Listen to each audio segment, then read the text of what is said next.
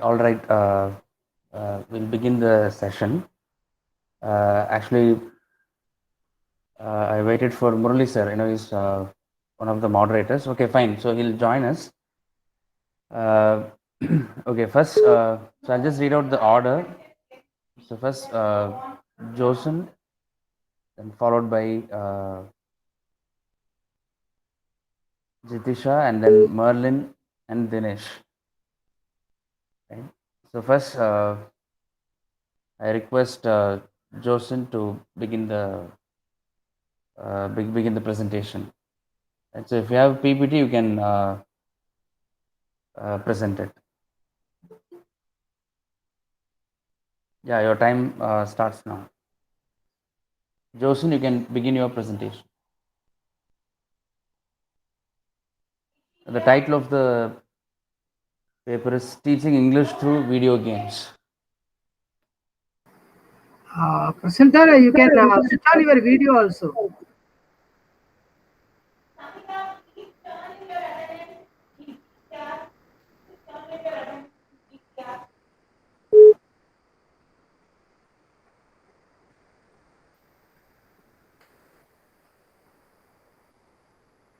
Yes, Josen, can you hear us? Yes, sir. There's a problem. Yeah. Yes. Hello, everyone. I'm Joshin. I did my PG in Loyola, and my topic is teaching English through video games. So, video games have been always found as something for the sake of entertainment or for the sake of pleasure. But as far as I'm concerned, my in my school, from my childhood days, I learned English more through visual media and video games rather than the book. From textbooks. Uh, so I wanted to share that experience, and that is why I made this paper. So let me start presenting.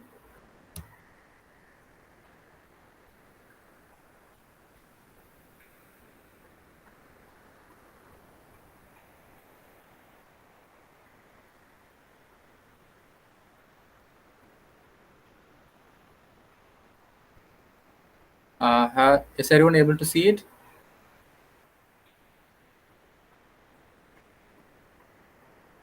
Excuse me, can anyone say yes or no, please?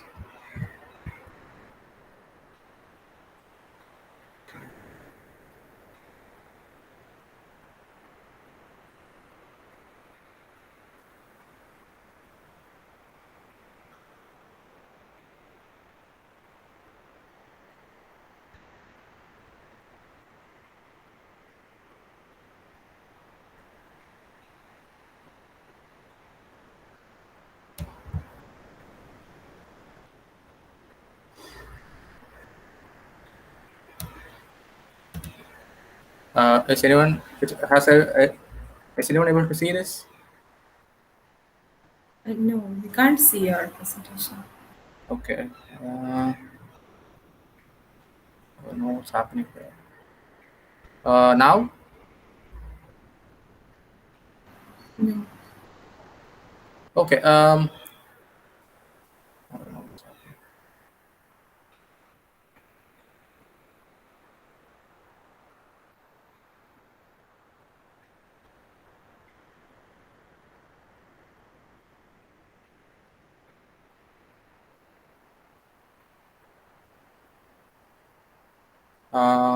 Right now?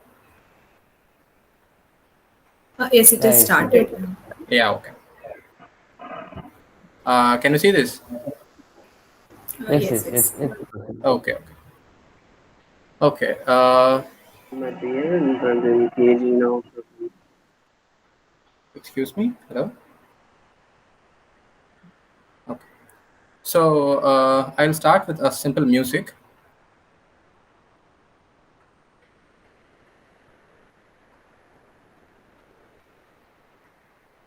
Has anyone able to see what this is? I mean, here. Did everyone hear this music? Okay. Okay, I'll just move ahead. Okay, that's the music of Mario Brothers, one of my favorite video games, and that is one of the famous video games of all time, which helped me um, go through a lot of the get through a lot of my childhood. So I just want it's a nostalgic feature that I want to include. Let's go ahead with the definition, and the definition being Oxford. I want to talk about Oxford because it is one of the leading uh, universities which talk about everything. And Oxford gave a definition which is not currently feasible at all. Because the simple thing is that Oxford gave this definition: a game in which you press buttons to control and move images on a screen. But if you look at the today's scenario in video games, this definition is not does not include in every game. This is not a complete. This is not a good definition even by Oxford standards.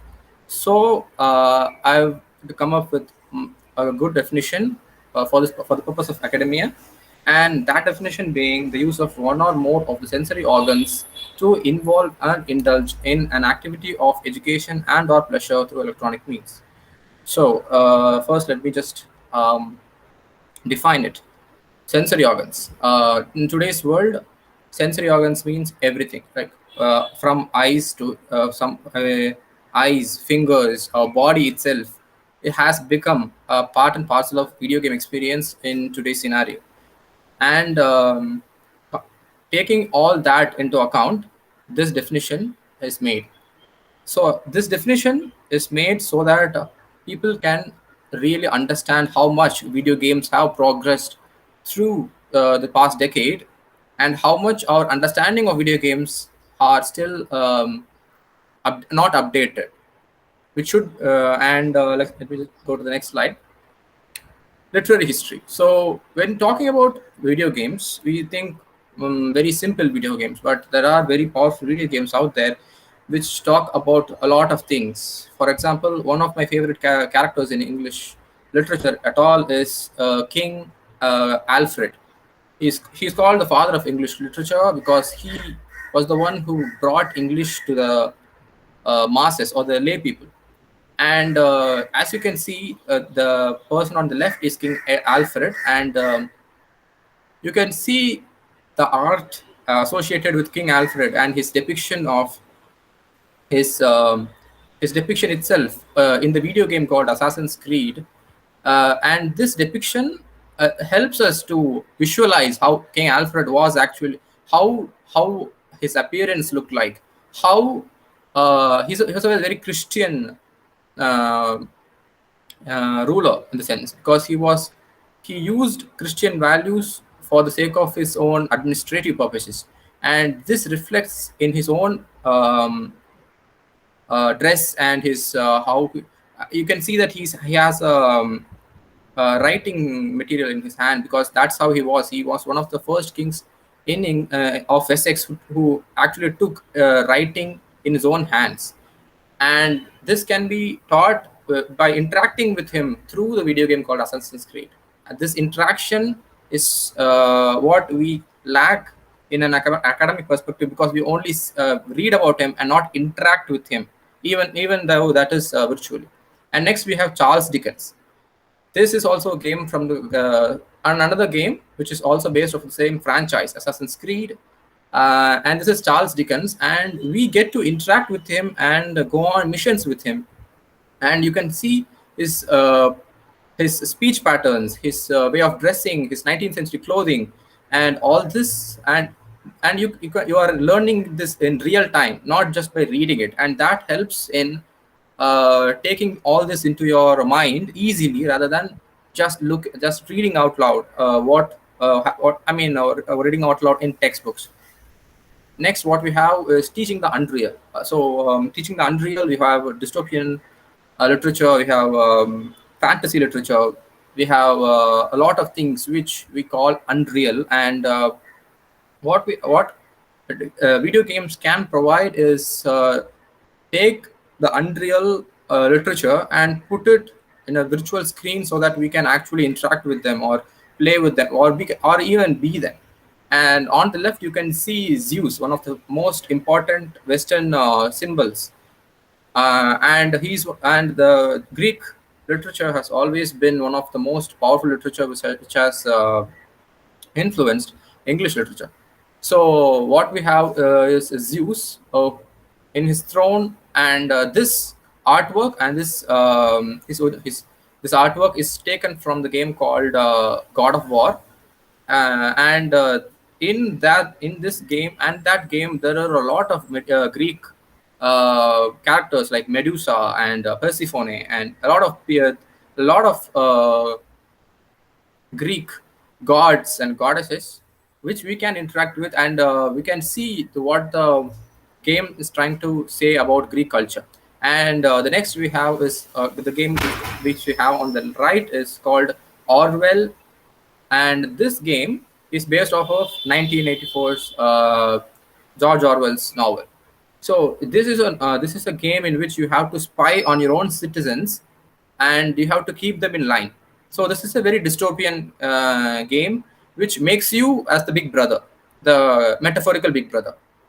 And this game, this is not just one game which is taken from Orwell, which is based off on Orwellian literature. There are a lot of games which is based on utopian and dystopian literature, and honestly, we are not using them as we should actually in literature,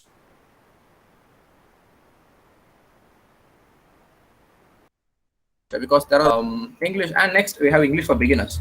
So any video game, what I've seen, what we have seen as of right now is games based off of based for or kept in mind for the literature people, and not the basic English learners, or what we can say general English learners. So general English learners don't need too much information. They need simple information, and such information can only be given by simple games.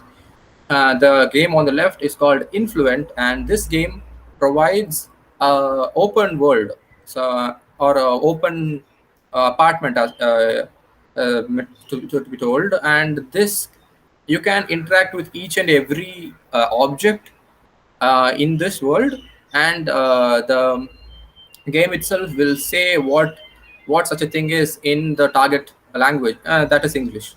And as you can see, you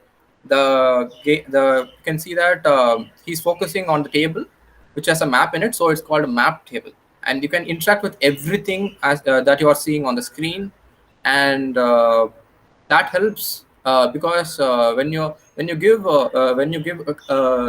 give such games to basic learners, beginners, they will try to learn each and everything just by pressing it. You don't need to go and teach and everything, even though facilitators are highly helpful in such scenarios.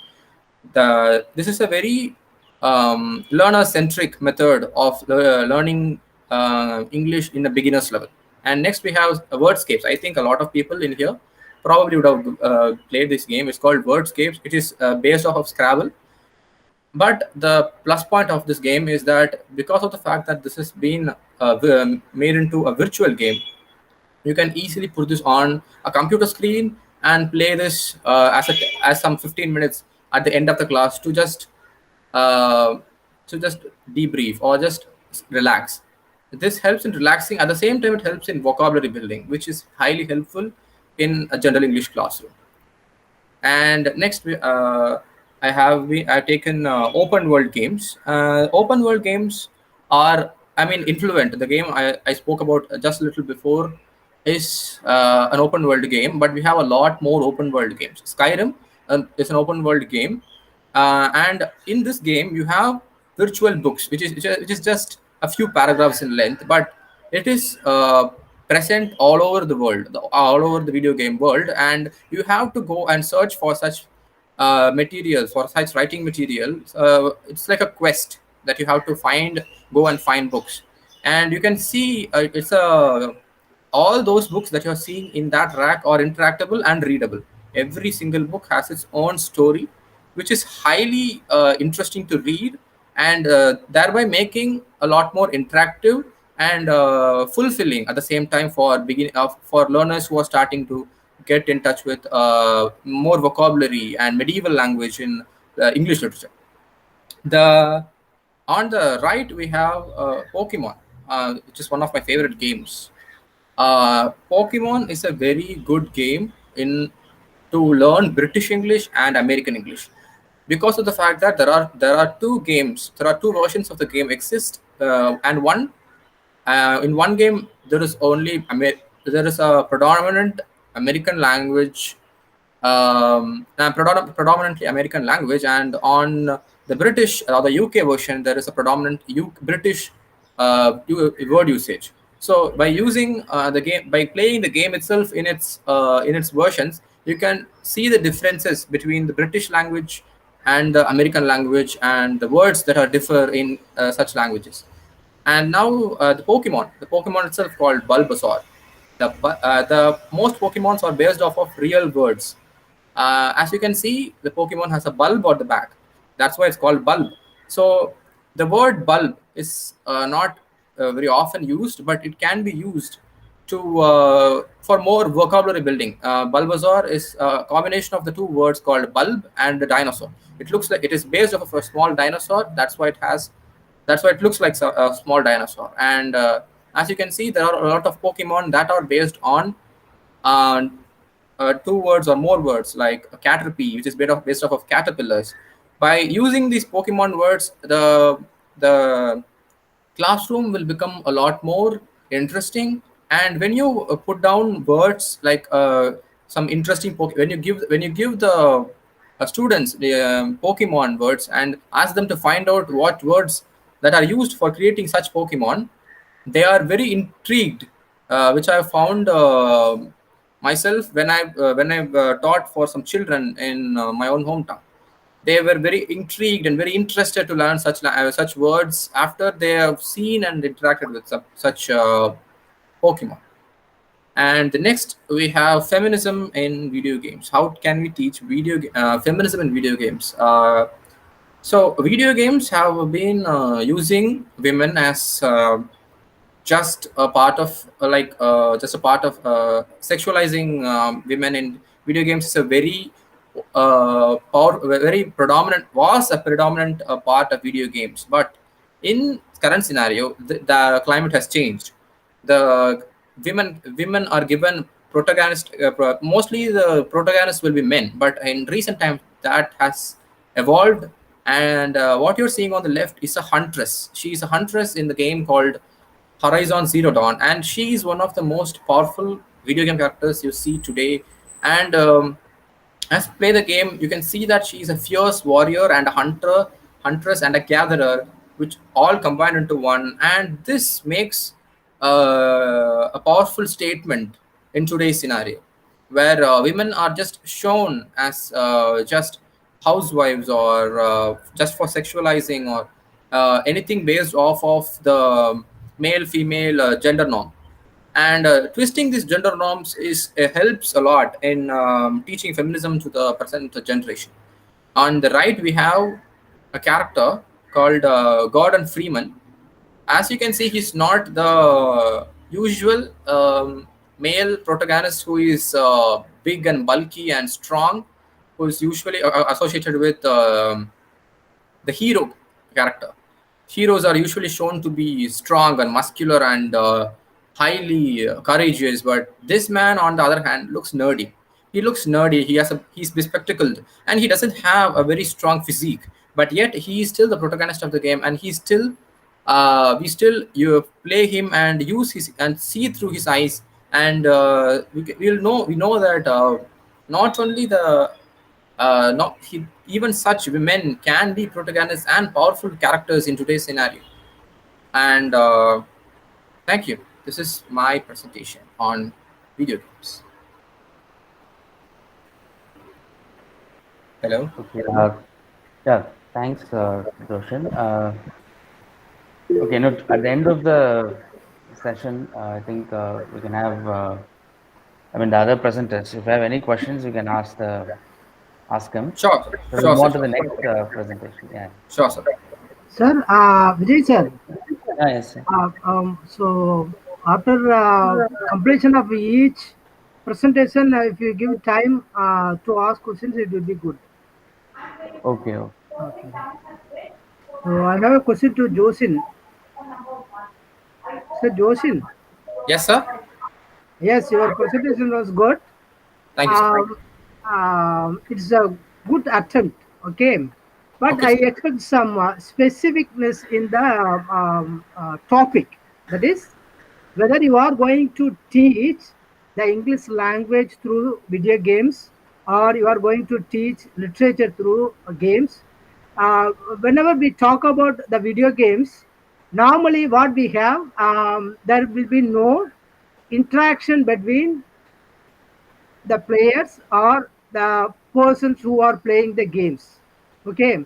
So Okay, what sir. are the skills we are going to learn or what are the skills we are going to improve? This is the first question. So if it is the video game, specifically you have to mention what are the games through which we can improve. So if you ask me, we can improve the skills through the puzzle games. We can improve our vocabulary. So like that we have crossword puzzles. Like that we have so many things as far as the language is concerned. So whenever you go beyond or you go in depth, so you consider these things. That's all. Thank you. Thank you, sir. It is not a question, just a suggestion. Okay, sir. Okay. So, should I answer that first question right now? Yes. So what you have in your mind, if you have, you can tell. Okay. Otherwise, you can work on that also. So, I mean, I have an answer for that first question that you asked. Like, what are the skills that you're going to gain by playing video games? The first is vocabulary. You have video games based off of various cultures. Like the first game that I've talked about was Assassin's Creed. Valhalla and Assassin's Creed Valhalla is based off of the time of Chaucer, or sorry, not the time of Chaucer, but of the time of King Alfred. And at the time of King Alfred, we don't have much English literature, but we do need to know about the historical perspective of the times, because we need to know the religious perspective. We need to know the Roman exit from England, and such perspectives can be taken from the video games, from Assassin's Creed, and that can be highly helpful. The historical perspective can be highly helpful. And on the other hand, we have games like for open world games, which is based off of medieval culture or dystopian culture. Now, when you read a book, you gain vocabulary based off of the genre you are reading. At the same time, when you play a game based off of a specific genre, you gain the vocabulary of that specific genre. Like in dystopia, Orwellian is a word used for dystopian novels, but at the same time, this word can also be understood or taken from dystopian games. And such games teach vocabulary based off of such based off such genre that you're playing. And yeah, Scrabble Go or Wordscapes, they are also give us a lot of vocabulary. Now, the vocabulary is just one part. Like, and another part is your interaction with the game. One of the main parts. Josin, Yes, good. sir. What you are trying to convey, I understood. Okay. Yes, sir. So what I'm asking you, you put it in a framework. So this game, what are the skills by which a game we are learning? Like that, you put it in a table for your future reference. I am telling you that. Okay. All the best. Okay. Since we take consideration of the time, we have to limit. Okay. Thank you. Thank you for your explanation. Hello. Yes. Am I audible? Yes, sir. Yes, sir. It just disconnected Yes, and reconnected. yes, good. What I'm telling is, what you have done is good, but be specific in your work. That's the thing Sure, sir. I would like to convey. Sure, sir. Okay, sir. Vijay, sir. Okay, sir. Yes, sir. Yeah. I mean, any other presenters, if you have a question, you can.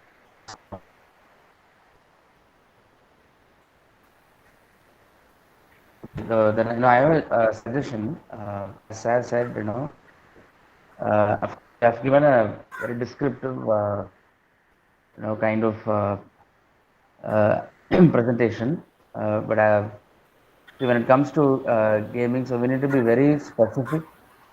As Saz said, the set of skills that we teach, and also, how do we interpret game? Of course, I understand that you can use video games to teach something, to make teaching interesting.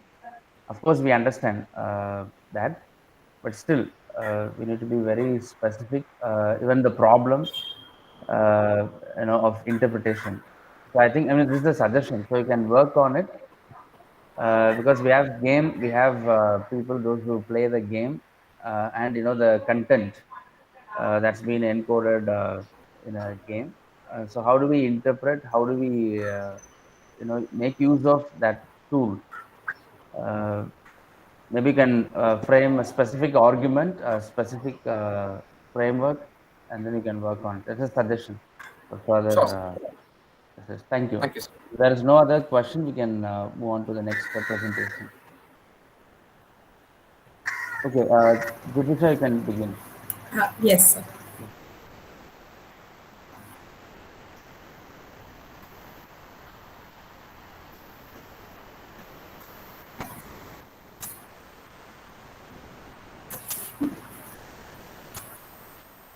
So is my presentation visible? Yeah, yes. Proceed. So good morning to all. I think I won't be able to switch on my camera. I have some network issues. It's starting to rain here. I hope it's okay. No problem. No Murali, problem. sir? No problem. No problem. Okay, sir. Thank you, sir. So I am MSO J.A. Jitisha from Patrician College of Arts and Science, and I worked as a teacher, TGT English, in high school for 2 years.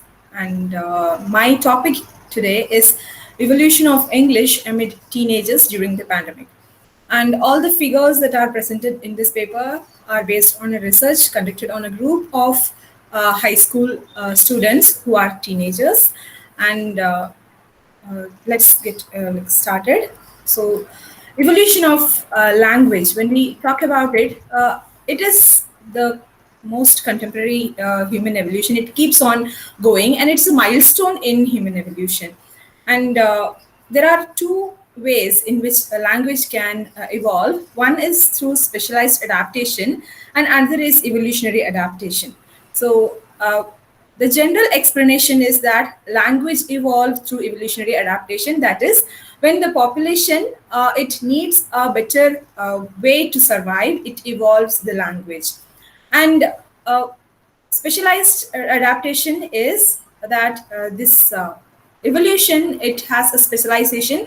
There is a special situation that happens in the society which leads to the adaptation, and that leads to evolution of language from one form to other, or inclusion of new words. It may be grammatical rules, or whatever it is, that is based on the need of the special situation. Benjamin Levov, he's an US linguist. He says language is not merely the mirror of society, it is the major force in constructing what we perceive as reality. So, language and society, they are inseparable, and language is influenced by social developments in variety of ways. So, English language is versatile, and it has always been growing, evolving, and changing. And the COVID-19 pandemic, it has brought many changes to the way English language is perceived and taught, and it also has led to evolution and usage of coronavirus related terms. The Oxford English Dictionary, they had to print a special edition with unique updates to document many coronavirus related linguistic shifts. And as I have presented here, the Associate Dean and Professor of Psychology, Roger J. Crow, he says the special coronavirus related updates give us a glimpse into how language can quickly change in the face of unprecedented social and economic disruption. For example, One of the effects of pandemic is that it's brought previously obscure medical terms to the forefront of everyday speech. And this we could see in our day-to-day life, like medical terminology, drug names, which are common, have become relevant in our everyday conversation. And this I see as an evolution in language, that is in general. And there are few terms like maskne, Zoom bombing, quarantine, COVIDiot, doom scrolling, and hamstercraft or panic buying. These are few words which have not been added to the dictionary yet, but are used these days after the COVID-19 pandemic had started. And it is impossible to say whether this terminology will become commonplace after the pandemic. However, this demonstrates the impact of a social change, that is, the pandemic on English language. And we all know language change is influenced by people of all age. It evolves and changes with time, becoming what it needs to be for the generation that speaks it. And in the evolution of language, teenagers have always been a pushing sound change. So when children come to school, they turn away from adult influence. And that is the tipping point of language shift. And as children grow and are exposed to sources of language learning, they eventually develop a shift in language from what they learned from their homes or from the society. And teenagers, they frequently keep exploring their identities throughout high school.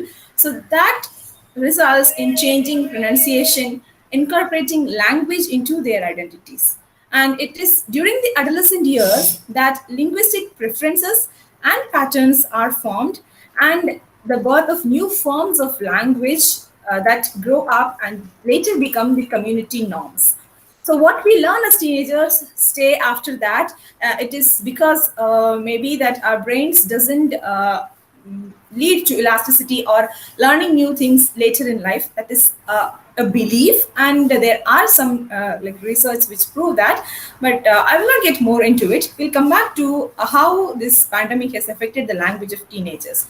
So the different ways or the different things that lead to the evolution of language in teenagers during this pandemic. One is online education, next is exposure to social media, then increased gaming environment, and also the popularity of OTT platforms. So despite the fact that majority of students prefer traditional offline study, around 20% children or teenagers, they believe that online education is helpful in learning English, especially as a second language. And nearly 40% believe that the English language sessions that they have are sufficient to improve the LSRW skills. And also 60% claim that they have improved the linguistic ability from the preceding year in this 1 year of online teaching in the past year. Teenagers are exposed to a diversity of terminology because of the social media platforms, and so social media platforms usually use English language as a medium.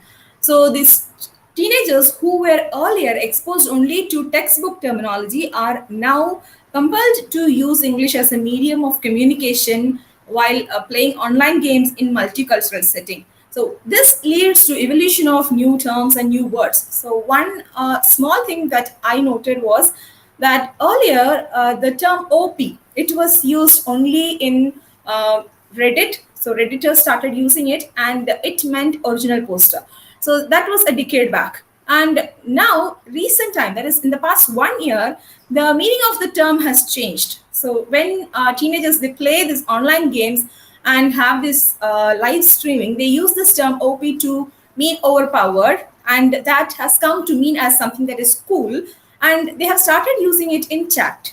So that is one way in which the language has evolved. There is a shift in the meaning of a term that has happened recently. And why there is a difference now? Earlier also there used to be changes in language, but whatever the change in language was there, it was limited to one geographical area, or it was forgotten after the teenagers grew up. But in recent times, these changes are happening at a quick pace, and they appear to be permanent thanks to the increasing speed of communication and connectivity. And though the shift appears to be beneficial from a linguistic standpoint, there are certainly some unintended consequences that might stem language growth because of the growing usage of shorthand in chats. So it is being difficult for teenagers to use a proper language in formal written communication. And we may rationalize saying that though became you with the evolution of language, but the transition of you to you, it looks strange and disagreeable. So we may believe that that change can happen maybe in the coming years. And in addition, teenagers, when they attend English second language class, they don't interact much. So it may lead to less confidence in them. And also, almost 75% the students, they believe they don't have enough opportunity to engage in class or improve their ability. So though there is evolution in language, there are some drawbacks to the situation prevalent. So finally, I would like to conclude by saying if pandemics peer pressure induced evolution of English in adolescence has a significant influence on dictionaries and in common use, then there might be visible changes in English language in the coming years. And though there could be changes, it all depends on researchers, language teachers, and linguists. How many of these changes are we going to incorporate and make it useful or make it into use in the coming years? So that's all. Thank you for joining. And if you have any questions, please you may go ahead.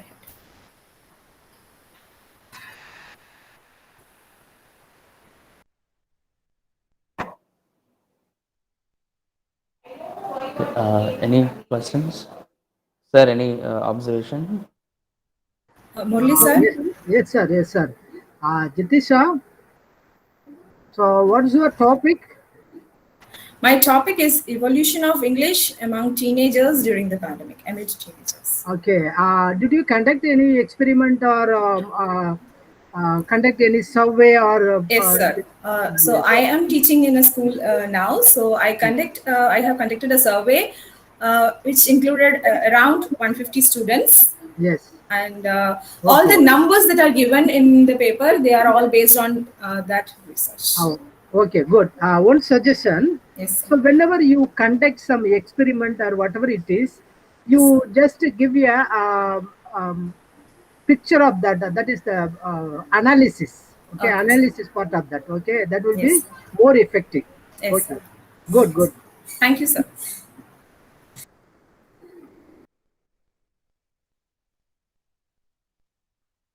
Any other questions?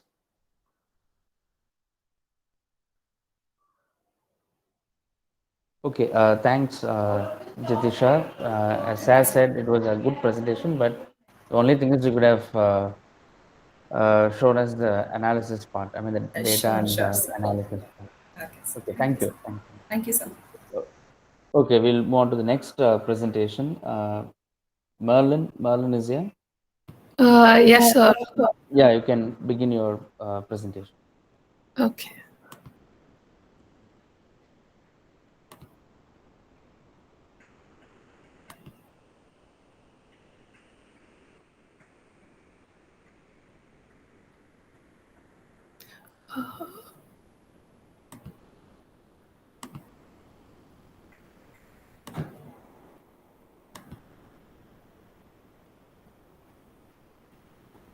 Jitisha, can you stop presenting?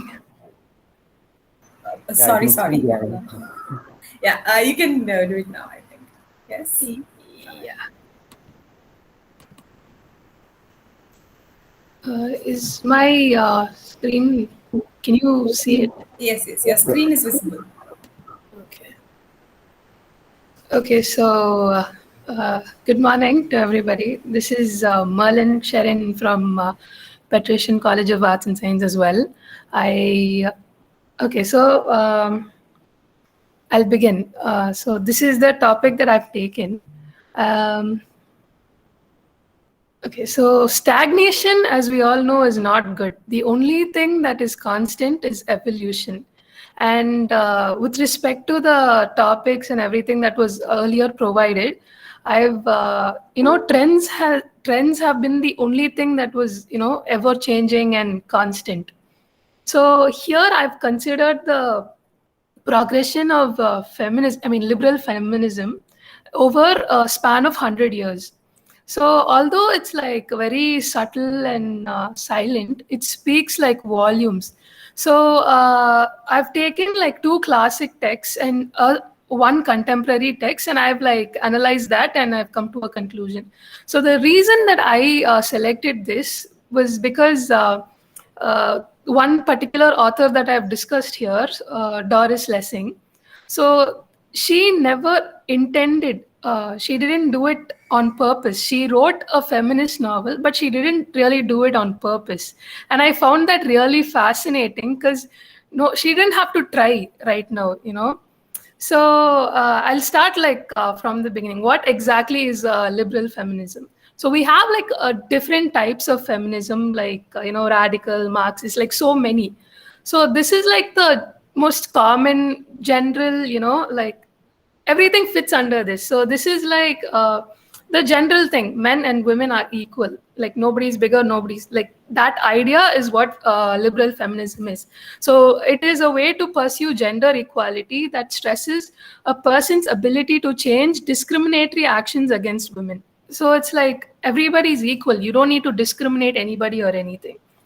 So the three authors that I've mentioned and taken into consideration in my paper would be the Bronte sisters, Emily and Charlotte, and Doris Lessing, as I've already told you before. So the Bronte sisters, they represent the 19th century, and Doris, she represents the 20th century. So I've taken it like a span of 100 years, right? So it's like pretty perfect. So Emily Bronte was born in like 1818, and Charlotte was born in 1816, and Lessing was born in 1919. So it's like pretty perfect. And they all had different approaches. So the Bronte sisters, they had like a very subtle, slow approach. They weren't really vocal about stuff because that's when it started, right? Like that was like the pre-feminist era. So that's when people slowly started writing and started coming out and everything. And as we all know, contemporary writers, we don't really have any boundaries or restrictions. People are very vocal, and like nobody needs to hide behind anything, a pseudonym or anything. They just need to whatever they want, they could just express it just like that. So understanding the topic better. So liberal feminism is the key concept that is explored here. Okay, so what I have taken into account is psyche versus physical manifestation. So the word manifestation is defined as, it generally means using your thoughts, feelings, and beliefs to bring something to our physical reality. So in order to do that, something has to start as a thought. So that is what the classic texts were. So what these classic authors have done, they've just, planted like a little seed that, ended up growing into a tree. And I found that very interesting because the changes, everything that we consider as feminist or feminism in these classic books, they actually stem from emotions and psychological feelings rather than physical actual them actually like showing that this is what it is. So Merlin, just a second, Merlin. Sorry to interrupt. Are you showing yes. the slide? Because I think you haven't opened your file. Oh, okay. No, actually, Okay. Murali sir messaged, but I think you didn't see. Okay, I haven't seen that. Okay, wait. Then I think I'm presenting the wrong thing. No, you haven't opened your file. We could see No, the it's file, but open for me, sir. Wait, just give me a oh, second.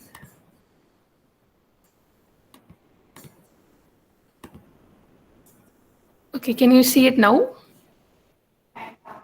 yeah. Okay, I'm sorry. It's okay. Proceed. Okay. So I've taken three books, as I said, into consideration. So I've taken Wuthering Heights, Jane Eyre, and The Golden Notebook. So Wuthering Heights is by Emily Bronte, and this basically the whole concept, like the whole thing, follows the life of Catherine, and we get to know that how the Victorian era, how that treated women, and how that society was not really very accepting and everything. So the main thing that Emily would have mentioned here, like the main thing that you can consider as like a feminist point, would be that Catherine doesn't care for dresses and being pretty. So it is like more of a psychological thing, like it's like it's in hers, like it doesn't really impact other people. She prefers to play, she prefers to like wear dresses, and I mean she doesn't really want to be that conventional woman who dresses up, sits still, is like sitting still and being pretty at home and everything. So it's like an inside thing. So moving on to Jane Eyre, I think it's like a pretty common book. Like all of you would have read it at some point. So it's the same thing over here. Like it's also an inside thing. She does not jeopardize her values or anything for any man. Like she prefers self-respect. And it's like an inside thing. It doesn't really make a statement. It's something that, develops inside you.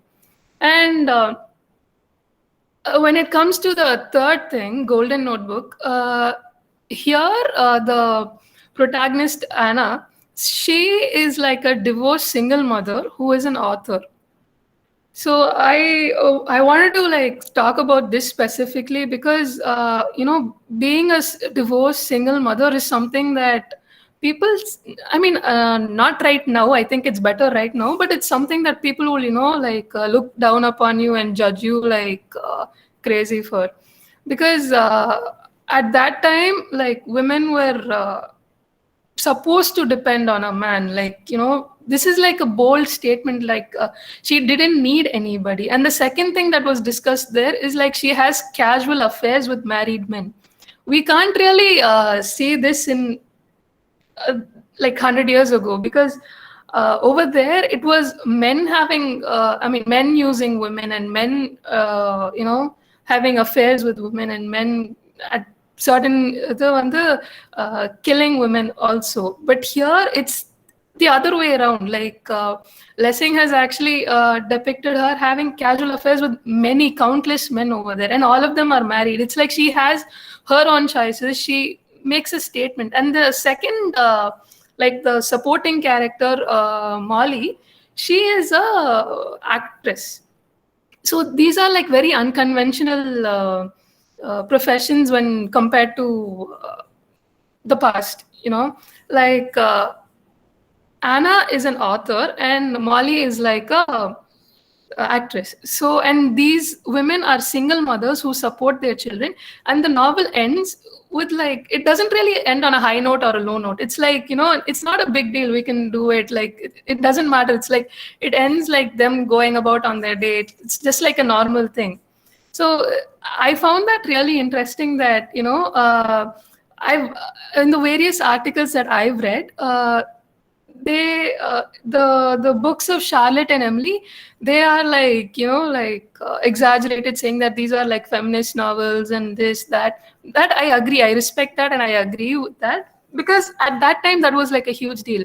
But the progression of this is so amazing that I think this is like mind-blowing, that Doris, whenever she was interviewed about this, whenever she was asked about her book, she said that her intention was not to really write a novel with this perspective. But then The Golden Notebook is one of the loudest contemporary texts from a contemporary author. And I think that was amazing, that the progression of something was this drastic. Like it wasn't even like a slow slope that was going ascending. It was just like it just shooted up, and I found that fascinating. So the conclusion that I came to was that, so when we look at the novels by the Bronte sisters, Yeah, so pretty much what I said. So it might seem feeble and it might seem very ordinary, and it might look like it's not a big deal, but at that point it was. So I took in the the progression, the evolution of it from how it was like 100 years ago and how it is now. So surely, slowly but surely, women have started entering the workforce.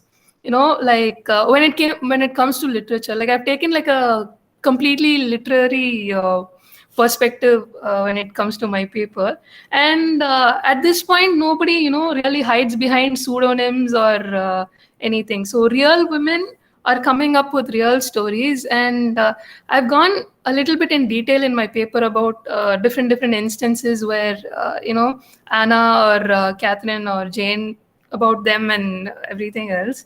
uh, yeah, so that's the thing. So real women are coming up with real stories, and nobody's afraid to talk about it anymore. And I think that is amazing, because comparing the two eras, it would have been crazy. Like if you say that two women, two single moms who have like a very unconventional profession, they are the protagonist. That sounds like really crazy, like 150 years ago. But right now it's like a very normal thing. Like, and I think that that screams feminism, and the progression of this over a decade is amazing. And I would like to conclude my presentation saying that. Thank you. Okay, thanks, Merlin. Any questions or observation?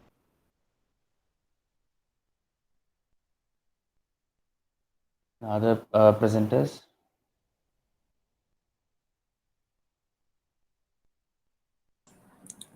Merlin, Yes. what is your argument, Merlin? Can you just state your argument here? Yeah, so that's what I built it upon, right? So it was something that was right now, it looks like something that's nothing. The progression has been drastic. So I built that upon that. I read this article about Doris saying that, like she didn't intend to do it, but then you get it right. Like she didn't intend to do it. It's become so normal. Like the progression is that great. So that's what I built it upon. You mean the liberal feminism progression Yeah. has extended to? Yeah. I think, Merlin, you should consider your argument. What am I saying here is, of course, you started with Bronte sisters, you spoke about Doris, but feminism itself has changed drastically, right? So It we is. talk about like there are, of course, yeah, several phases of feminism is there. But when you read Virginia Woolf or when you read Jane Austen, you see the progression there itself. I mean, my question is at present, what is your argument? What you wanted to emphasize right now to this current scenario? Because, see, the evolution of feminism was very broad, but later it became quite narrow at a certain point. But again, when Virginia Woolf started to write, after that contemporary, that is 20th century writers, everything started to have a very, you can say like a theoretical perspective of all the theories like feminism, etc., has changed. And I guess you wanted to express about what Doris said means. I think the argument is quite weak. See, we have records of what Doris has expressed. We have records of what Bronte sisters wanted to express. And we know that Bronte sisters, they wrote in their pen name, under a man name, right? Yeah. So when we know the culture of the entire British setup at that time, what's your point in telling that it has progressed? Of course, when we talk about Doris, the other works of Doris, she speak about Africans and Afrikaans. There, she doesn't address about the people of or the women over there. She address about the community. And in this golden notebook, she doesn't emphasize on women perspective. She speaks on a community perspective. Am I right? Yeah, but like I looked at it at this perspective, like Okay, I I appreciate found that. that That's interesting. good. That's good. But what Yeah. I'm saying is like you should have like focus more on your argument. Okay, the progression is, see, it's changing, it's inevitable, right? The change is inevitable. But Yeah. here you're supposed to be specific. That's what I feel. Otherwise, it was a very good attempt, but the topic looks feeble at a point. That is like the argument was good, you brought it well, but where is your judgment? What is your argument over there? Of course, we know that she has spoken a lot about how ideas are explosive. That is like how women were used to be, how women are today. That's fine. I guess you would have, you can do better in that. Yeah. I get my Thank point. you. Helen, Yeah. can you get me what I'm trying Yeah. to Yeah. I say? got it. Thank you. Thank you so much. Thank you. It's appreciated.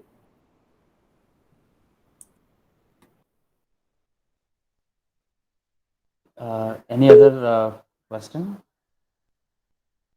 Okay, yeah. No, I have a yes. Yeah. Yes, Joseph. Yeah. Okay. Yeah, okay. I'll go ahead. Ms. Merlin, okay. The question that I wanted to ask was feminism has gone through a lot of stages, like a lot of waves. First wave feminism, second wave, third wave, and in the current scenario, this is the 21st century scenario. The people or most probably scholars are stating a very different set of feminist wave, which is based off of the past waves of feminism were based off of women empowerment, and on one side, it was highly needed because women were actually at the top, at the bottom, the metaphorical, in the metaphorical perspective. But at the same time, feminism in its core value is the equality of sexes, and as we progressed, the Western society has deemed a lot of things in the current scenario. I'm not talking about the current scenario, 21st century scenario, where women empowerment has become more of women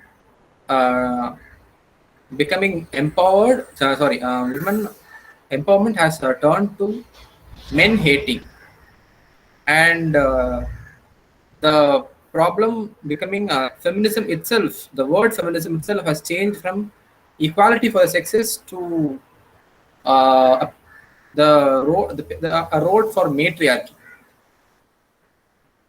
Like first it was patriarchy, where men were at the top and women were at the bottom, but now a lot of the research scholars right now has turned that it has become some sort of a matriarchy, because even in India you can see that there are specific laws for women, but when you talk about specific laws for men, there are actually none, like zero specific laws for men.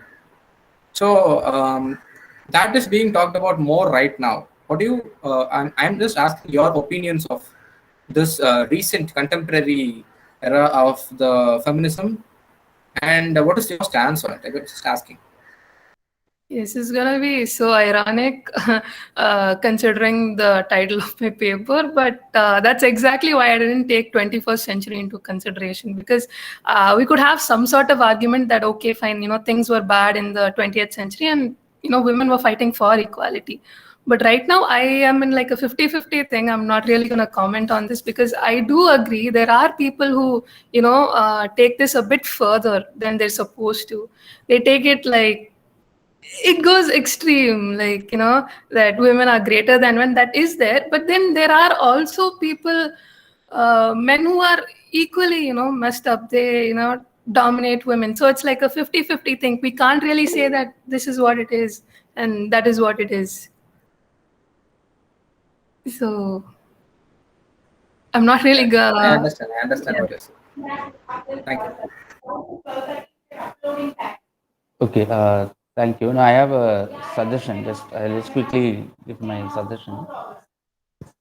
Of course, you have given a general overview of the evolution, but one suggestion: see, when we do research, especially in related to feminism, we use these general terms, feminism, women empowerment, and so on. But that leads to a lot of problems. So the point is, we need to be very specific. We have to narrow down. So when we talk about feminism, I think it's better we need to talk about, because there are so many things within a particular text. First, we should talk about representation.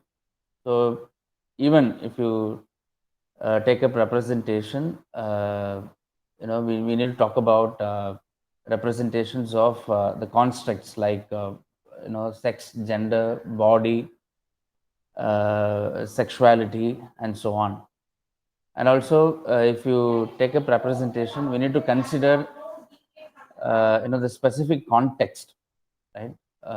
We cannot come to a general conclusion. We cannot say things have changed, women are empowered, and so on, because the context is very important. Because of course, the Eurocentric feminist movements, they came up with universal feminism, the sort of homogenized feminism. But we need to move from that and think of the feminism emerge from specific socio-political context, right? Specific context. So the feminism in Tamil Nadu will be completely different. So we cannot talk feminism, universal feminism, which we can apply to every context.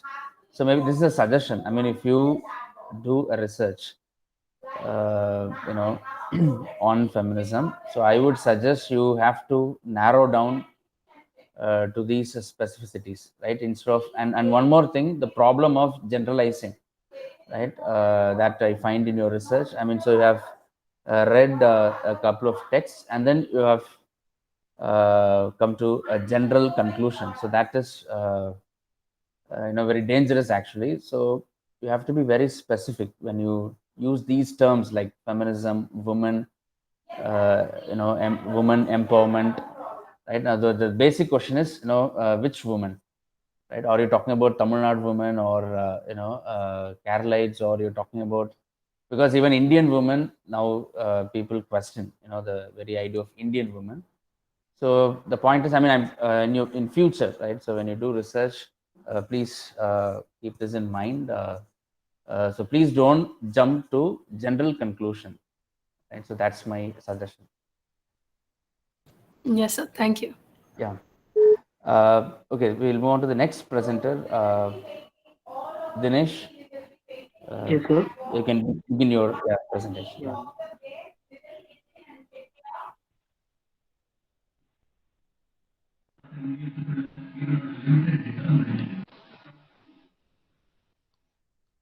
Is my screen is visible, sir? Yes, yes. Okay. Right. Visible, ba. Okay, thanks. So, good morning, everyone. I'm Dinesh. I'm from second year PG English, Patrician College of Arts and Science, and today I'm here to present about the topic on importance of inclusive education and understanding of disability as diversity. What is inclusive education means is including all the learners in the classroom, which means regardless of child with disabilities or without disabilities. So we are including all the learners in the same classroom, and also implementing the teaching strategies as well as same to them. And there are a lot of barriers in inclusive education. It is accessible for students with disabilities and special education needs. In an inclusive classroom, student with a disability spends maximum number of time with non-disabled students.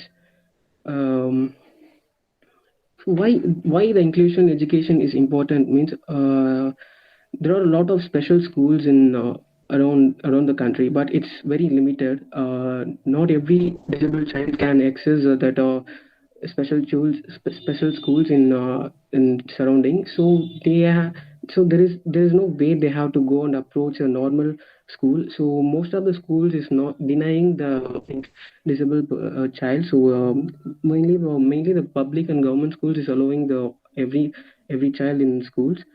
Mm, so what it prevents inclusion education. The use of special schools or classroom, it splits the students from disabilities, from without the disabilities. The to understand the disability is very common. We have a stereotype of a disabled person. They can perform like normal able human being. Disability in human is mostly caused by genetic disorders or any severe accidents or any viral or neurological disease. Some adverse effects maybe happen from during pregnancy or an artificial fertilization. There are wide variety of disabilities in the world. Everyone has different as individual disabilities, and every disability needs its own assistance. The capacity to recognize different types of disabilities enables with making the right accessibility. uh, when we think about the disability, as a majority of us picture the disability as a person who is holding a wheelchair or crutches or holding a stick or a mobility aid, but there are 93% of disabled people don't use wheelchair. 80% of disabled people have invisible disabilities. 15% of the world is disabled according to the data from World Health Organization. So the disability is varied, different, and with lot of popular opinions. It's like a spectrum of colors, like how we classify the non-binary gender, which it also has values. So the argument is, what are the discrimination towards the disability we are undergoing? There is a direct discrimination. People who hate, and also people who have a negative perspective towards a disabled person. And also there is indirect disability discrimination. We have many people have a misconception of understanding the disability as a diversity and rights. Uh, Accessibility and the needs are human rights for a disabled person, and it's not offer or sympathy provision by the government.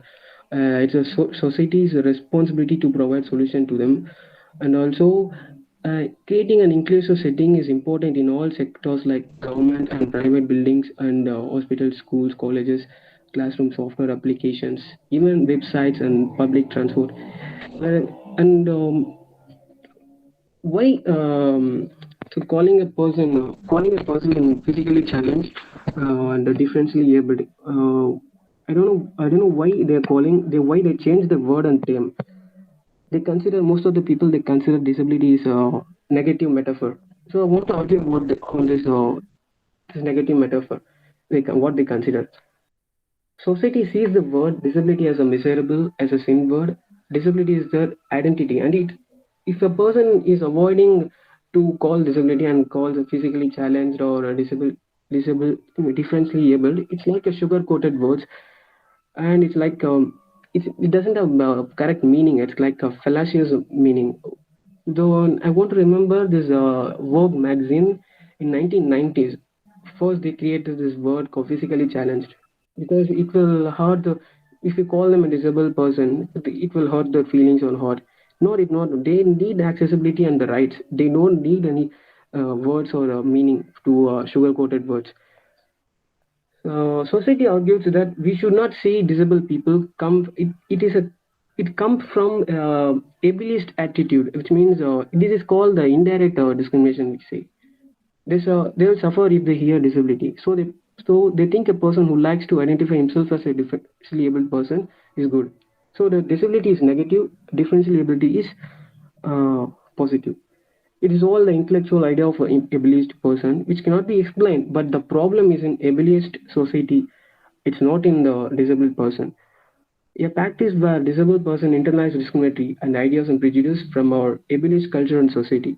So this may result of feelings of inferiority, which means we are going and telling him, the physically challenged person, he may feel the being lesser to him, inferior, or feeling like you are not entitled to certain things due to your disability. The society, what is a need means in society? The society should unlearn the negative perspective and use of slur language. Uh, use of slur language, uh, and we have to accept the nature of the disability.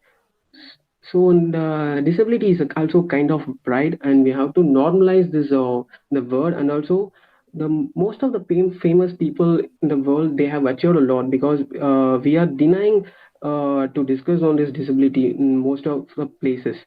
Mostly people will talk about politics and caste or race or discrimination, anything. So mostly the disability is coming under the avoidance of public debate. It's very less. And teaching strategies in inclusive classroom. So teaching a second language as English has become more important for global communication technology. So English is a more uh, important in learning, and it's very uh, significant for future. So language is playing major role in learning all subjects. It enables the students to read, write, speak, listen, whatever.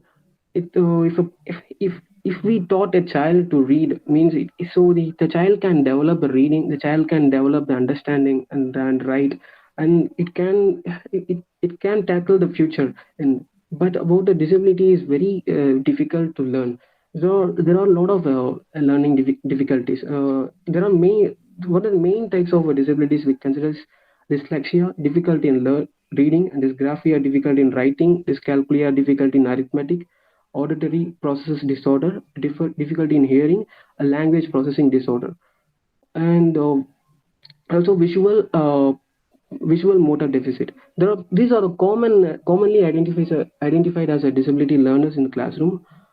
So there is a need for a student to access the right requirements in the classroom. Inclusive classroom is for all diverse learners. It includes all type of, which means not only is disabled, it's also child without disabilities and child with from other language, other race, or from different learners. If disabled person overcome the difficulties of communication and understanding, it will be the greatest achievement of the teacher and learners in inclusion. So how can we tackle in this inclusion classroom? So mostly teacher in general classroom, they denies the disabled person in classroom. They don't show so much interest on them. It's practically if you see in many schools, in general schools, you can see that you can balance that teaching and learning in between the uh, two uh, two types of students. So providing efficient method of teaching, which means mixed ability grouping, which means grouping discussion. We can't teach a child with what to say. We can't teach equally to all children because they require something to learn. So that specialized smart teachers can interact with all aspects of learning disabilities through their professional development. The creative of teaching strategies will help slow learners and reluctant learners to learn. Any teacher can provide adequate and appropriate slow learners and reluctant learners. Any teacher can provide appropriate requirements for the child with a learning disability. So and I want to make I want to how to say it's point out this another thing is an opportunity for disabled children is open schooling. So there are a lot of learners who can't learn within the time. Um, so learning it will take a time. So there is a scheme for a National Institute of Open Schooling. So an open schooling, which means it has no time limit, and also a child can able to use the efficient time, and also excuse me,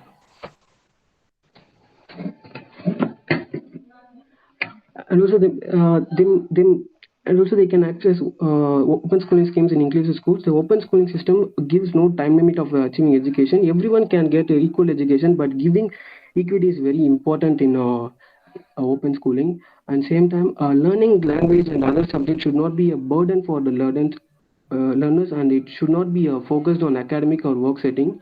It needs to be focused on development. It should make them and create own ideas. They have to know the values as well as the reason. So the learners could evaluate and analyze the literature as well as summarize and hypothesize about the topic in any subject. And also, the curriculum is very important in education. It is a major obstacle for the difficult learner. It is a tool to develop an inclusive system. The mostly in our country, the education is very centralized, and they say this equal education is for all, is equal for every learner, but it's not completely implemented for inclusive education. The construction of a curriculum is basis of bas- basis for inclusive education. The use of textbook, the language, medium of instruction, assessment for significant, but that should give a liberal and appropriate evaluation for the special learners. The curriculum for inclusive classroom is based teaching a language environment can be customized. Nowadays, the technology has been improved a lot. They can access the technology for learning. Mm, Mostly we know that the disability people use such devices like hearing impaired and the what to say auditory earpads, and also there are many other devices they can use. But nowadays in technology has improved to bionic prosthetics, so they can use a artificial eye. So they can contribute to this disabilities society. They can access the prosthetic legs, so they can perform like able humans in even they can perform participate in sports activities in all types of profession. Almost it's changing. The technology is changing to a wheelchair to the cyborg human. Science and technology have no limit, but it has a limit on the life expectancy. Now, all beings on the earth or the survival of the fittest. Um, what is my point of argument is I have been why I choose this topic on this disability. It means I have done my B.Ed. I have been traveling to Chennai for 40 kilometers every day. I have seen a lot of children who are traveling with me. uh, I don't know why the kids are traveling for 40 kilometers from, outer Chennai inside Chennai. And I'm asking them, a child is from is from another state, is traveling from another state, is coming to Tamil Nadu, has a learning difficulty, like he has a hearing difficulty, and also he can't able to speak because low auditory deficit. And also I have noticed that many children are traveling for a special school for long way. So I asked the parents. They told the reason that most of the schools are not accepting the children. Even if they accept, that will be a very that that doesn't make sense in the school. So they are not making any adequate requirements for the children. And and then I want to conclude with my idea of disability is not a negative metaphor, and it's an identity, and also it also is a pride, and so we have to accept them as a nature, and also we have to treat them as a equality, and we have the responsibility for the accessibility. So is there any queries you can ask, any comments or opinions?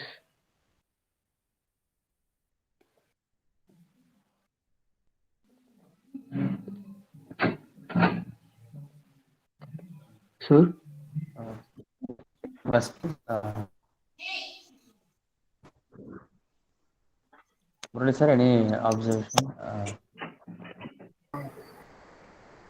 So no, sir. So Dinesh, Dinesh. Yes, sir. Yes, sir. Yes. Whenever we go for research, we should focus on the specific points. So rather than the theoretical part, we should involve ourselves into some samples and the incidents, what we faced, what we have gone through, or people who have people must have already done on the topic. You have to refer to that. Okay.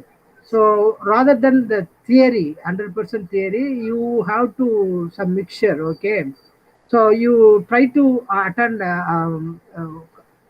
many conferences and to go through some articles, so you will have some idea. But your paper is good and the presentation was also good.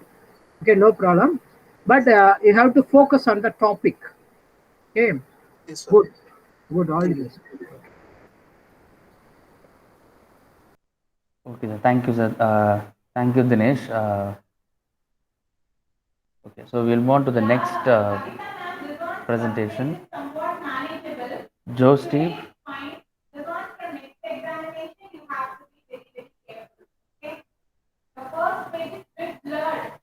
Joe Steve is here.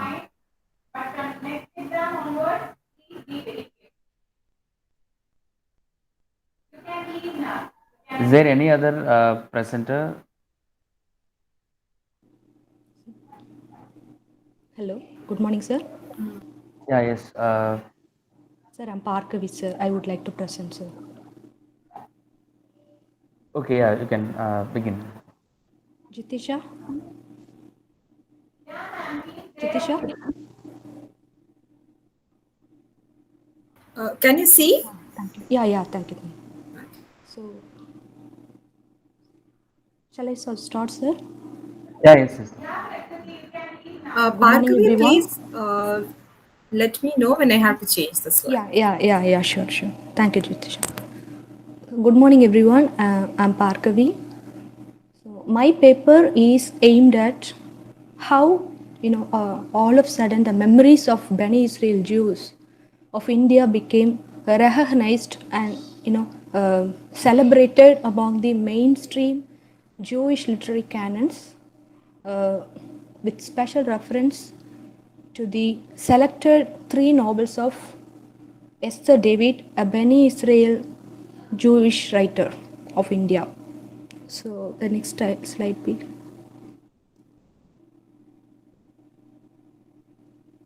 Bani Israel Jews are one of the three major Jewish subgroups of Indian Jews. So the very nomenclature, Bani Israel means the children of Israel.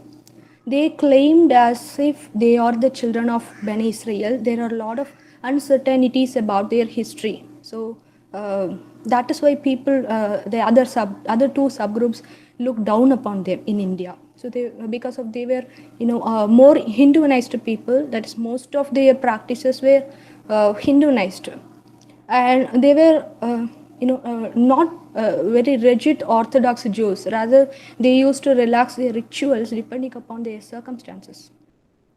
With the passage of time, their upcoming generation did not have the clear clarifications of their lives, since they had cultural differences and unique religious ideologies.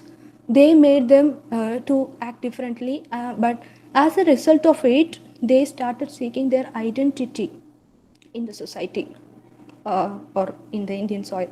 Once the Israel accepting people of its origin, these Bani Israel people eagerly started moving their lives towards. Because of the vast displacement, like 20,000, more than 20,000 people vacated India in 1940s. Their synagogues, where they used to get married, and where they celebrated their festivals, they became disused and ruined. Their cemeteries became disused places. But these artifacts are standing now, or these are standing as some monuments of their prestigious lives. So next slide, Jitisha. My paper is written on the basis of the guest lecture given by Dr. Abhishek Parve in the Department of English and MEL University of Lucknow on the topic Memory Studies, Interdisciplinary Research Possibility. So, in the grand speech, he elaborately enumerated the quintessential crux of the memory studies.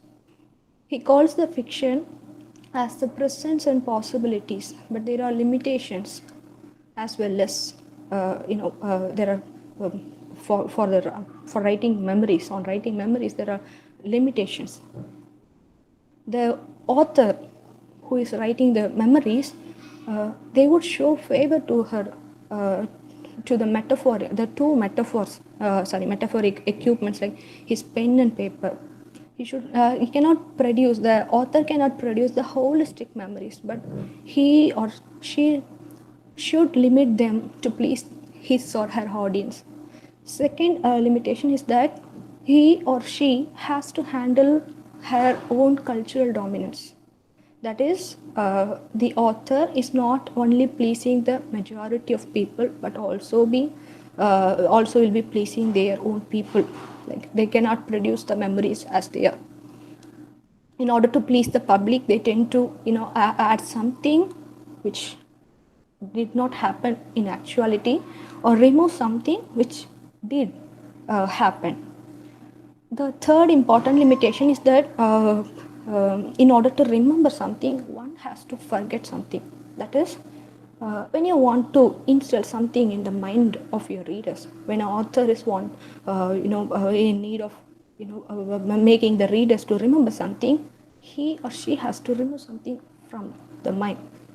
It's very mandatory for any human brain in order to, these are all the studies of Dr. Abhishek Purai. So, when a person wants to remember something, it's mandatory for the individual to forget something. So, in Esther David's work, please go to the next slide. In Esther David's work, the reader could see, all these, how she has followed all these limitations. So, but the primary aim of Esther David is to reveal her community before the public domain. Because after the post-war period, the Jewish lives became so important for people.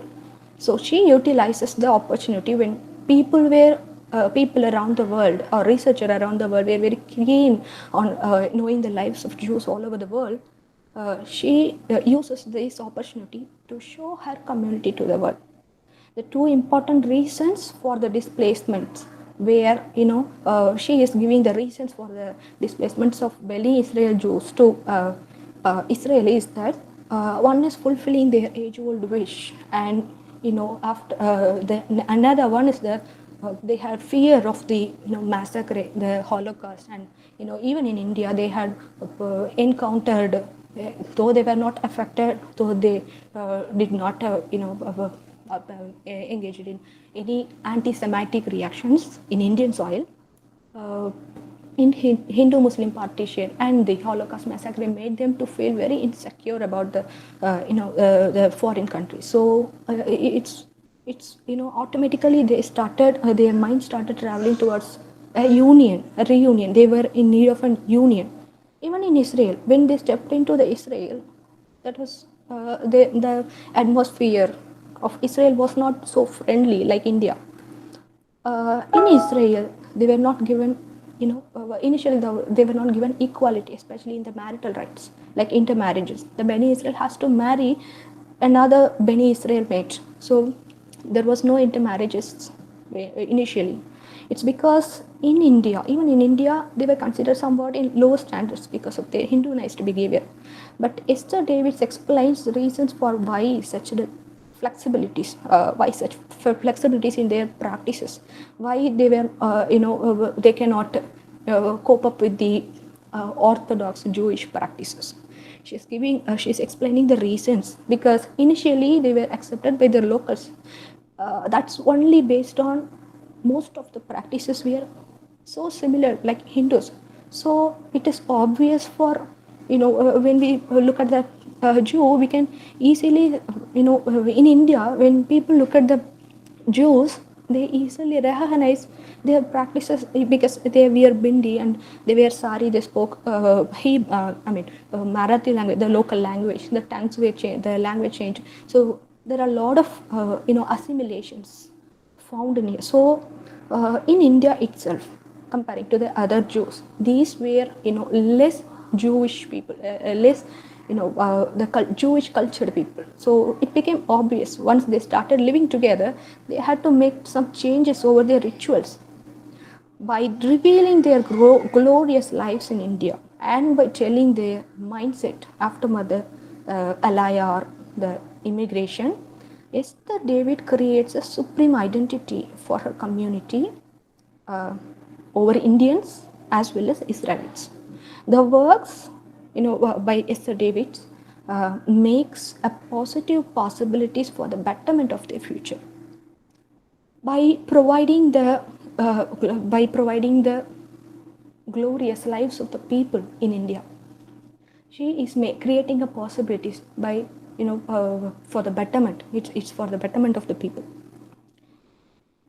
Thus, my paper explores how the Bani Israel Jewish memory writings became an emerging trend in the world literature and how the age-long unnoticed state of being of Bani Israel Jews was broken.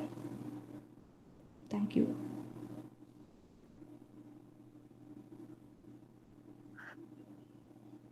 Any questions or observation, you can please, other presenters, you can ask now.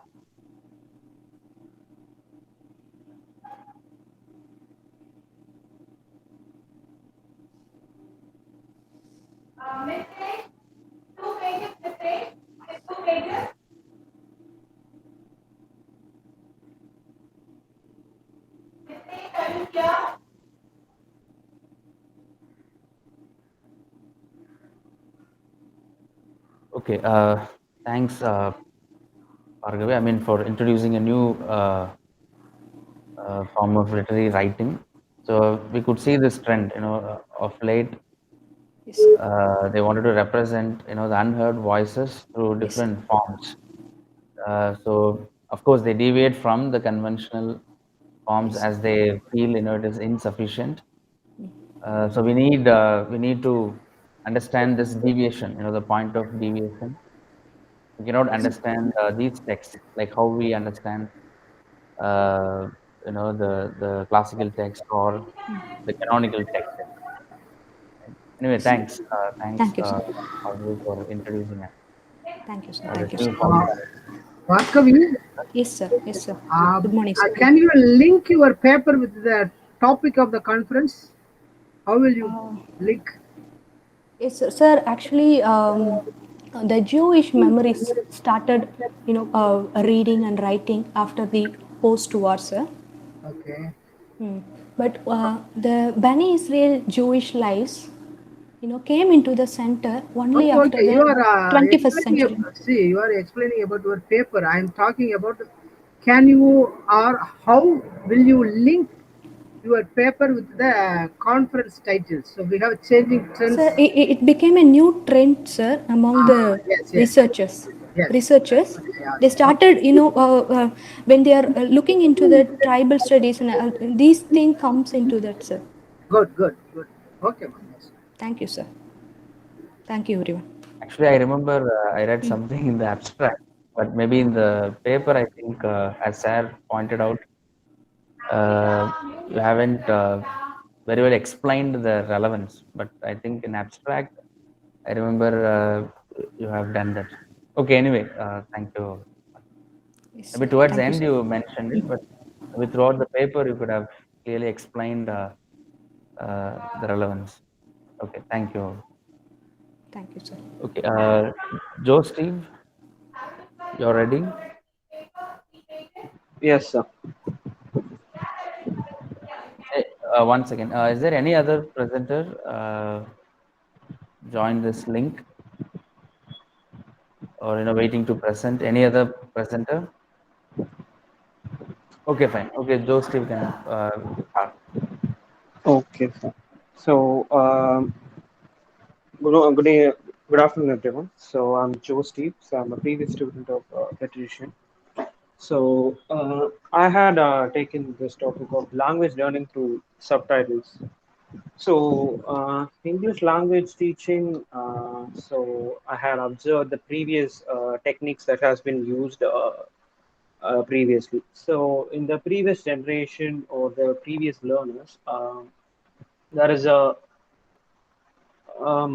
text, the language that they learned, the English that they were learning, were mainly through text or through textbooks, and the curriculum that they were included were mainly through grammar rules were first taught, and based on that, the conversation that they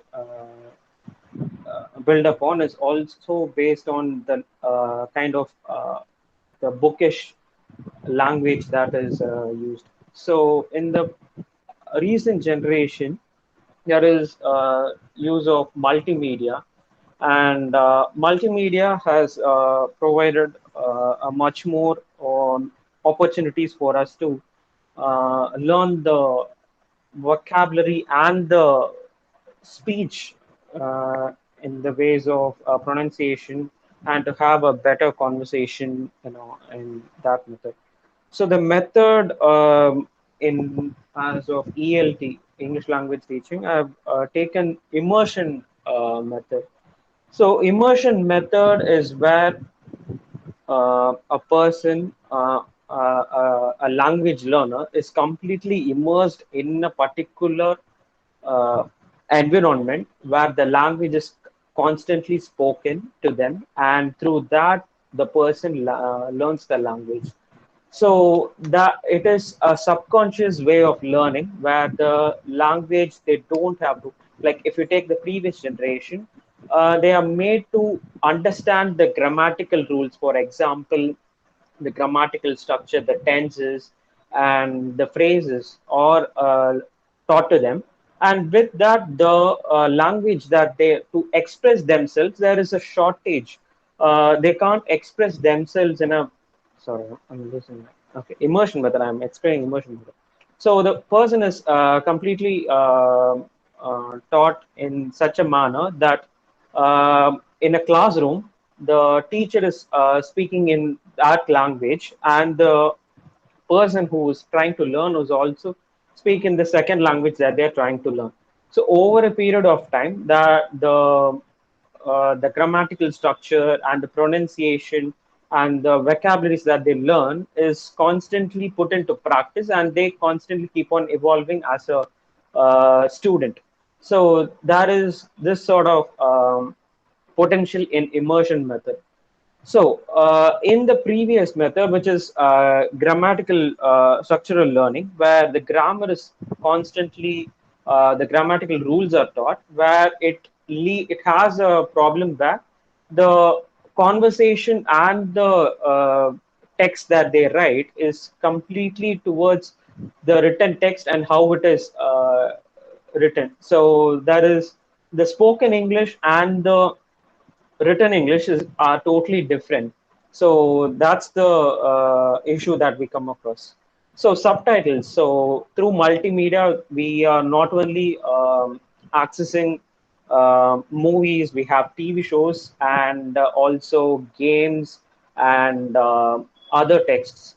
So not only that, these texts or these kind of media, or if you take any social media videos, they have subtitles where you are potentially hearing what the person is saying and also seeing the written text of what the person is saying.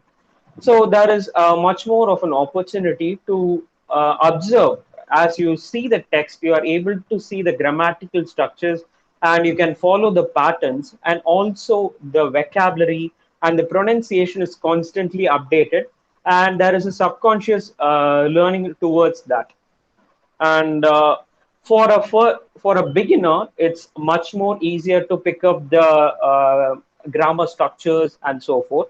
And for other intermediate and expert level learners, they can also use these subtitles to understand the different sort of pronunciation. For example, a word which is a verb and an adjective could different pronunciation. So if a person observes the content, so from that itself they can observe there is a difference in pronunciation.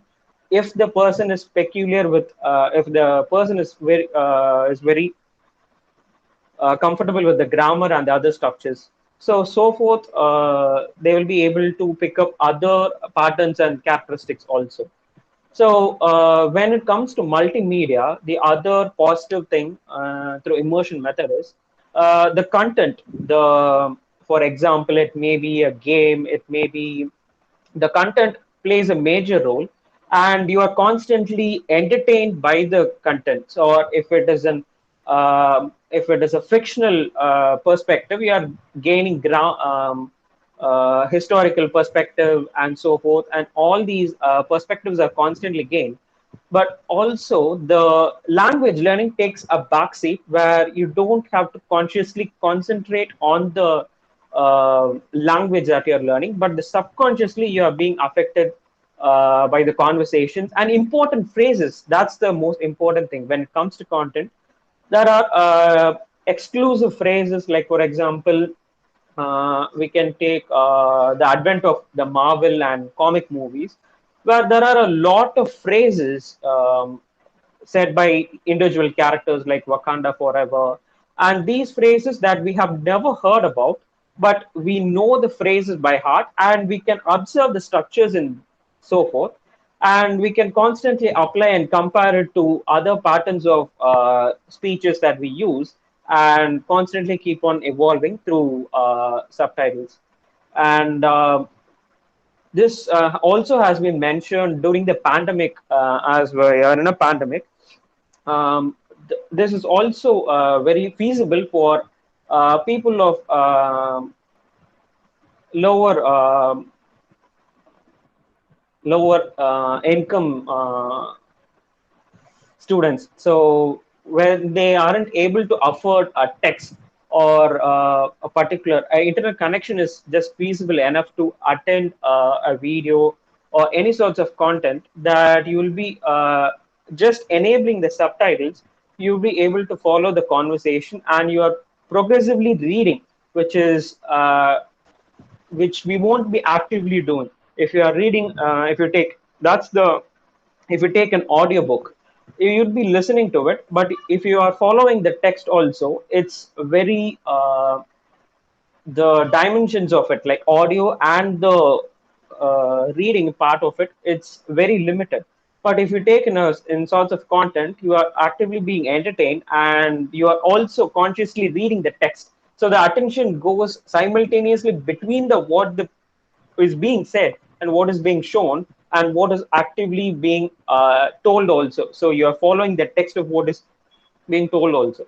And Stephen Fry, during the pandemic, for the British youth, he had mentioned this as an opportunity for other people of lower class can observe just the subtitles could be a major factor in observing and learning grammar without going to school or actively paying for an education, but simply doing these would improve.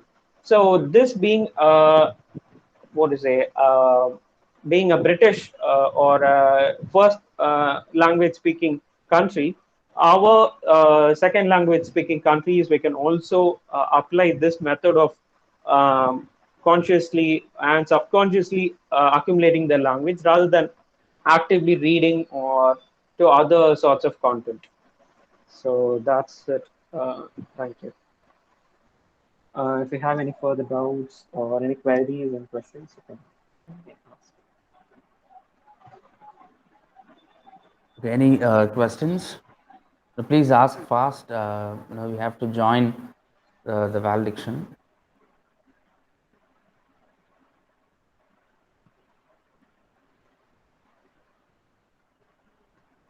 Okay, thanks, Joe Steve.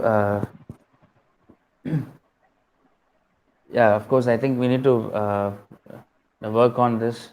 As you know, you have suggested, learning happens so through subtitles.